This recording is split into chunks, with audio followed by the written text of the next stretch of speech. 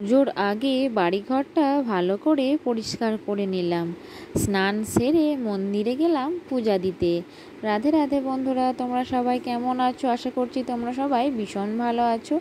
আমরাও কিন্তু বেশ ভালো আছি। আজ হলো রবিবার, তোমাদের সবাইকে সাথে নিয়ে ব্লগটা শুরু করলাম। সাথে থেকেও, আশা করছি আজকের ব্লগটাও তোমাদের বেশ ভালো লাগবে। তো আজ হচ্ছে মহালয়া। তো সকালবেলায় না, সকাল নয়, ভোরবেলায় উঠেই মহালয়া দেখতে আরম্ভ করে দিয়েছি, আর সঙ্গে নিয়ে নিয়েছি চা আর মুড়ি। তো মহালয়া দেখে নিয়ে একদম আবার কাজে লেগে পড়েছি। আর কি বলো তো বন্ধুরা, আজ তো মহালয়া থেকেই না দেবী পক্ষের শুরু। আজ থেকে যেন পুজো পুজো গন্ধ, মনে হয় এই পুজোর দিন চলে এলো। তো আমার তরফ থেকে তোমাদের সবাইকে জানাই আগাম শারদীয়ার প্রীতি ও অনেক অনেক শুভেচ্ছা, ভালোবাসা। তো আশা করব তোমরা সবাই পুজো খুব ভালোভাবে আনন্দে কাটাও। তো যাই হোক, এদিকে সকালের কাজ ধরার আগেই ছেলের জন্যে এই যে বাড়িতেই স্যারালাক্সটা বানিয়ে নেব। তো সেই জন্যই সব উপকরণ ঠিক মতো নিয়ে নিচ্ছি পরিমাণ মতো।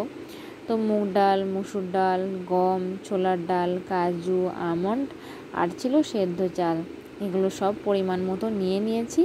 তারপর ভালো করে ধুয়ে আর ছাদে শুকাতে দিয়ে দিয়েছি। তারপর এই যে ঘর পরিষ্কার করার কাজে লেগে পড়েছি। তো পুজো তো আর কদিনই আছে। তো কদিন আগে রুমগুলো সব ডিপ ক্লিনিং করেছিলাম। তো তবুও কি বলো তো, অনেক দিন মানে 4-5 দিন বা 6 দিন হয়ে গেলে আবার না মাকড়সায় ঝুল করে ফেলে। তো সেই জন্য পুজোর আগে আজকে পুরো বাড়িটা ডিপ ক্লিনিং করে নেব। তো তাহলে আর পুজো পর্যন্ত অনেক দিনই আর কি, এখনও তো পুজো 1 সপ্তাহ বাকি। তো ততদিন বাড়িগুলো বেশ ভালো পরিষ্কার পরিচ্ছন্ন থাকবে। তো মাকড়সার তো কোনো মানে অন্ত নেই, এই ঝাড়ছি এই পরিষ্কার করছি, আবার ঠিক কালকে আবার কোথা থেকে মাকড়সার ঝুল হয়ে যাচ্ছে। আর জানো তো বন্ধুরা, লাইটের কাজগুলো যেন একটু বেশি মাকড়সায় ঝুল করে ফেলে। তারপর নিচেতে তো আমার ছেলের খাবার দাবার রাখি, ছেলের খাবার জিনিসগুলো বেশি সময় রাখা হয়, তবুও আমি ঢাকা দিয়ে রাখি, ঢাকা দিয়ে রাখলেও না আবার ধুয়ে নিই। তো যাই হোক, এদিকে বইয়ের তাকটা একদম পুরো অগোছালো হয়েছিল। তো বইয়েরগুলো ভালো করে বার করে একটা একটা করে সুন্দর করে গুছিয়ে রাখছি। কি বলো তো, মেয়ে যতই বড় হোক, কিন্তু এখনও ওর গোছানো বাগানোর মানে যে অভ্যাসটা সেটা গড়ে ওঠেনি। যখন যেমন বই পারে টেনে নিয়ে নেয়, আবার রেখে দেয়। তো সেজন্য না অগোছালো হয়ে থাকে। তো তাকটার মধ্যেও এখানে সেখানে জিনিস ছড়িয়ে ছিটিয়ে থাকে। তো সেইগুলো একটু সুন্দরভাবে গুছিয়ে মুছে পরিষ্কার করে দিচ্ছি, তাহলে দেখতে ভালো লাগবে। আর ওপরের দিকটা কি বলো তো, খুব ছোট্ট ছোট্ট মাকড়সাগুলো এসে না ওগুলো জাল করে দেয়, আর দেখতে খুব খারাপ লাগে। তো যাই হোক, ওগুলো একটু ভালো করে পরিষ্কার করে নিয়ে এদিকে ড্রেসিং টেবিলটা একটু মুছে বাগিয়ে পরিষ্কার করে নেব। আমার মেয়ে তো জানো তো একটু সাজতে ভালোবাসে, সেই জন্য না যখন যেটা পরে আরে এনে এই ড্রেসিং টেবিলে রেখে দেয়। তো আমাকে আবার সেগুলো সব গুছিয়ে আবার আলমারিতে ভরে রাখতে হয়। তো এদিকে একটা গলার হার পরে এখানেই নামিয়ে রেখে দিয়েছে। তো আবার সেগুলোকে গুছিয়ে আমাকে সুন্দর করে রাখতে হবে। তো যাই হোক, ড্রেসিং টেবিলটা খুব সুন্দর করে মুছিয়ে দিলাম। মুছে দিয়ে এদিকে বেডশিটটা চেঞ্জ করে নিলাম। তো বিছানা চাদরটা পরিষ্কারই ছিল। তো ভাবলাম এখনও তো পুজো 1 সপ্তাহ দেরি। তো ছোট ছেলের বিছানা আমি না প্রত্যেক সপ্তাহে একবার করি আর কি বেডশিটটা কেচে দিই। তো ভাবলাম পুজোর আগে তো নতুন বেডশিট বেছাবই, তো তাহলে নতুন একটা কাঁচা আর কি পরিষ্কার বেডশিট বিছিয়ে দিই। তারপর এমনিতেই এদিকটা ছাড়াছুড়ি করলাম, একটু মাকড়সা যদি পড়ে ছেলে শুলে কিছু একটা আবার হয়ে যেতে পারে। মাকড়সা থেকে তো বাচ্চাদের অনেকই ক্ষতি হয়। তো সেই জন্যই আর কি আরও বেডশিটটা চেঞ্জ করে দিলাম। দিয়ে এই যে সুন্দর করে একদিক থেকে একদিকে ভালো করে ঝাঁট দিয়ে নিচ্ছি। আর ঝাড়াঝুড়ি করার পর দেখবে মেঝেটার মধ্যে অনেকই মাকড়সার ঝুল বা মাকড়সা ঠিক পড়ে থাকে। তো ভালো করে ওগুলোকে আর কি বাইরে বার করে দিলাম। তারপর ভাবলাম যে একদম বেডশিটটা মাখিয়ে দিই। তো একটু গরম জল করে নিয়েছি, গরম জলেতেই আর কি বেডশিটটা মাখাবো, তাহলে না বেশ ভালো ছাড়ে। এমনিতেই আমাদের বেডশিটটা সাদা, আর দেখবে সাদা বেডশিট একটু বেশি নোংরা হয়।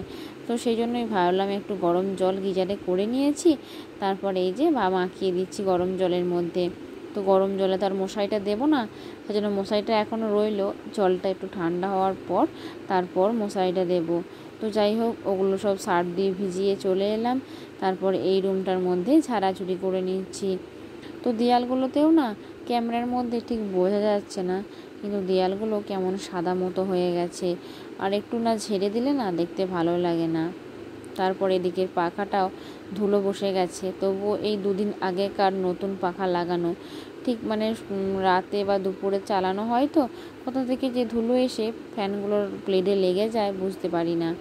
তো যাই হোক, পাখাটা ঝেড়ে দিয়েছি, ঝেড়ে বিছানাটাও একটু ঝেড়ে নিলাম, ঝেড়ে বাগিয়ে গুছিয়ে দিলাম। তারপর এই যে কলিন দিয়ে ফ্রিজটা মুছে নিচ্ছি। আর কলিন দিয়ে ফ্রিজের বাইরেটা মুছলে বেশ ভালো পরিষ্কার হয়ে যায়। তো তারপর দেখো, ওপর থেকে নিচের দিকে ভালো করে মুছে মুছে, মানে টেটু টিপে টিপে পরিষ্কার করে মুছলে না ফ্রিজটার যে ওপরের দিকটা খুব সুন্দর চকচক করে। আর ফ্রিজের ভিতরটা না আজকে বাগাবো না, কারণ ফ্রিজের ভিতরটা বাগাতে অনেকটাই সময় লাগে, কিন্তু সকালে তো অত সময় নেই। তো আজ তো রবিবার, মেস স্কুল ছুটি থাকে, তার টিউশনের স্যারও আসে না, তো সেই জন্য ছেলের দায়িত্ব অনেকটাই। ওর মানে দু ভাই বোনে আর কি খেলা করে, আর আমি এদিকে আমার কাজগুলো করতে পাই। তো না হলে অন্যান্য বার হলে এদিকে অত বাগানো গোছানো একদম করার টাইম পাই না। তো ছেলের দেখাশোনা করতে করতেই সকালটা অনেকটা টাইম চলে যায় আর কি। তারপর ছেলেকে ঘুম পাড়িয়ে দিয়ে কাজে লাগতে পারি। তো সেই জন্যই আর কি আজকে সময় পেয়েছি অনেকটা। তো আজকে একটু ভোর ভোর উঠেও ছিলাম, যেহেতু মহালয়া ছিল, তো ভোর উঠে মহালয়া দেখেছিলাম। আর জানো তো বন্ধুরা, তোমাদের সঙ্গে একটা মজার বিষয় শেয়ার করি। আমাদের যখন খুব ছোট ছিলাম, তখন জানো তো আমাদের যে গ্রামের না কোনো বাড়িতে টিভি ছিল না, শুধুমাত্র একটা ক্লাবেতেই টিভি ছিল। আর তখন মহালয়া দেখার এমন নেশা ছিল, মানে সত্যি কথা বলতে কি, গ্রামের সবাই না যত যে যেমন পারতো ভোর ভোর উঠে সেই ক্লাব ঘরে গিয়ে বসে পড়তো, মানে আরম্ভ হওয়ার অনেক আগেই, যাতে অনেক সামনে থেকে দেখতে পাই এবং ভালো বসার জায়গা পাই। সত্যি আগেকার দিনগুলো কিন্তু অনেক ভালো ছিল। এখন সবারই বাড়ি বাড়ি টিভি যেমন তেমন সবারই তো অ্যান্ড্রয়েড ফোন আছে, কিন্তু ফোন থাকলেও সেই যে মহালয়া দেখার মজা বা আনন্দটা সেটা কিন্তু আর এখন হয় না। কারণ তখন সবাই মিলে একসাথে বসে মহালয়া যে শুনতাম, গল্প মানে দেখতাম, একটা আলাদাই আগ্রহ ছিল মহালয়ার প্রতি। যে মনে হতো এই তো মহালয়া হচ্ছে, তারপর কোন আর্টিস্ট হয়েছে এইসবও আর কি দেখাদেখি করতাম, আলোচনা করতাম বন্ধুদের মধ্যে, ভালো লাগতো। কিন্তু এখন মহালয়াটাও অন্যরকম হয়, আর এখনকার জীবনযাপনও অন্যরকম। তো যাই হোক, আমি এদিকে ওই রুমটা ছেড়ে বাগিয়ে চলে এলাম, ডাইনিংটাও আমার পরিষ্কার করে ছাড়া হয়ে গেল। তো বড় মা এদিকে এই যে বেসন দিয়ে সিঁড়ি ছাঁকছিল। তো এটা না সিঁড়ি নাড়ু বানানো হবে। তো নাড়ুটা আজকে বানানো হবে না, আজকে কি বলো তো, বড় মা তো ওই যে বললাম বাড়ির সবাই ভোর ভোর উঠেছিলাম খুবই, তো সেই জন্যই হাতে অনেকটা সময় পেয়েছে বলে আজকে সেই সিঁড়িগুলো ছেঁকে রেখে দিচ্ছে, অন্যদিন আর কি এগুলো নাড়ু করা হবে। তো প্রত্যেক বছরই আমাদের সিঁড়ির নাড়ু বানানো হয়। তো দেখো এভাবে যে সিঁড়ি ছাঁকার যে মইটা আছে, এই যে বেসনটা বেশ শক্ত করে মেখে, আর এভাবে আর কি মইটার মধ্যে বেসনটা দিয়ে আর চিপে দিলে, মানে এরা এভাবে আর কি হাতের সাহায্যে, তো নিচেতে না বেসনগুলো সিঁড়ির আকারে পড়ে যাচ্ছে।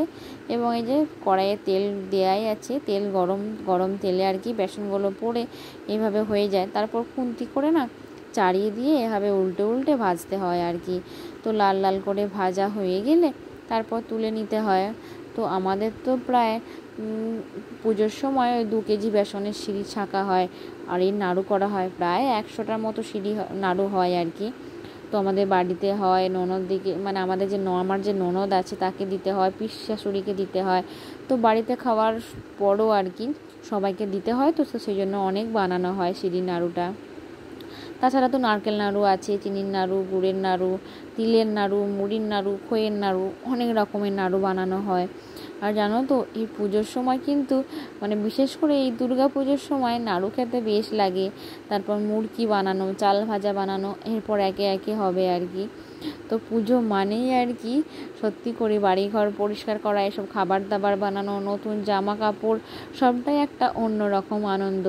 আমাদের বাঙালিদের কাছে এই দুর্গা পুজোটা একটা আলাদাই, সত্যি কথা বলতে। তো যাই হোক, আমি এদিকে স্নান সেরে নিয়েছি, স্নান সেরে নিয়ে ছাদে চলে এসেছি কেচে নিয়ে মিলতে। তো সবই কাচা হয়ে গিয়েছিলো, মানে স্নানের সময় আর কি কেচে নিয়েছিলাম। তো একটু পর করেই আর কি কাচাকুচির কাজটা করলাম, কেননা ওই সব ঝাড়াঝুড়ির কাজ করে ঝাড় দিয়ে মুছে তারপর স্নান করেছি। তারপর তার মাঝে গরুকে একবার খাবারও দিয়ে এসেছিলাম। তো যাই হোক, তারপরে এই যে স্নান সেরে ছাদ থেকে নেমে একটা মালা গেঁথে নিয়েছি। তো মালা নিয়ে যাব মন্দিরে পূজা দিতে। তো মহালয়ার দিনে না একটু নিজের হাতে একটু মালা গেঁথে ভাবলাম যাই মন্দিরে মায়ের মানে মাকে আর কি নিবেদন করে দিয়ে আসি। তো আমাদের গ্রামের না এই মন্দিরটা নিত্য পূজা হয়, তো সকাল 9টা থেকে 11টা পর্যন্ত। তো আজকে যেহেতু দিনটা ভালো, অমাবস্যা মহালয়া, তো সেহেতু স্নান টান সেরে ছেলে আর মেয়েকে নিয়ে মন্দিরে চলে এলাম পূজা দিতে। তো এখানে আরও অনেক পুজো দিতে এসেছিলো সবাই গ্রামের। তো পুজো টুজো করিয়ে নিয়ে বাড়ি চলে এলাম। তারপর ছেলেকে খাইয়ে দিয়ে এদিকে পূজা করতে বসে পড়েছি। তো ফলগুলো সব ফল মিষ্টি সব কেটে ঠিক করে নিয়েছি, তার উপরে তুলসী পাতাও দিয়ে দিলাম। তো তারপর কি বলো তো, আজকে না ভাবলাম যে তাড়াতাড়ি করে পুজোটা সেরে নেব। তো তারপর কি বলো তো, আবার একবার মহালয়া দেখতে বসবো। তো আজ তো সারা দিনই টিভিতে মহালয়া হবে। তো দেখতে না আজকে দিনটায় বিশেষ করে মহালয়া দেখতে খুব ভালো লাগে। তো ভোরবেলা তো একবার দেখেছি, তো মনে হচ্ছে আর তো অন্য চ্যানেলে লাগিয়ে আর কি দেখব। তো যাই হোক, ধূপ আর প্রদীপ জ্বেলে নিলাম, তারপর পুজোটা সেরে নিলাম। আমার আগের ভিডিওয়ে নুরি দিদিভাই কমেন্ট করেছেন, দিদিভাই ভিডিওটা দেখলাম খুব ভালো লাগলো। তো দিদিভাই তোমাকে জানাই অসংখ্য ধন্যবাদ যে তুমি আমার ভিডিও এত ভালোবেসে দেখেছো।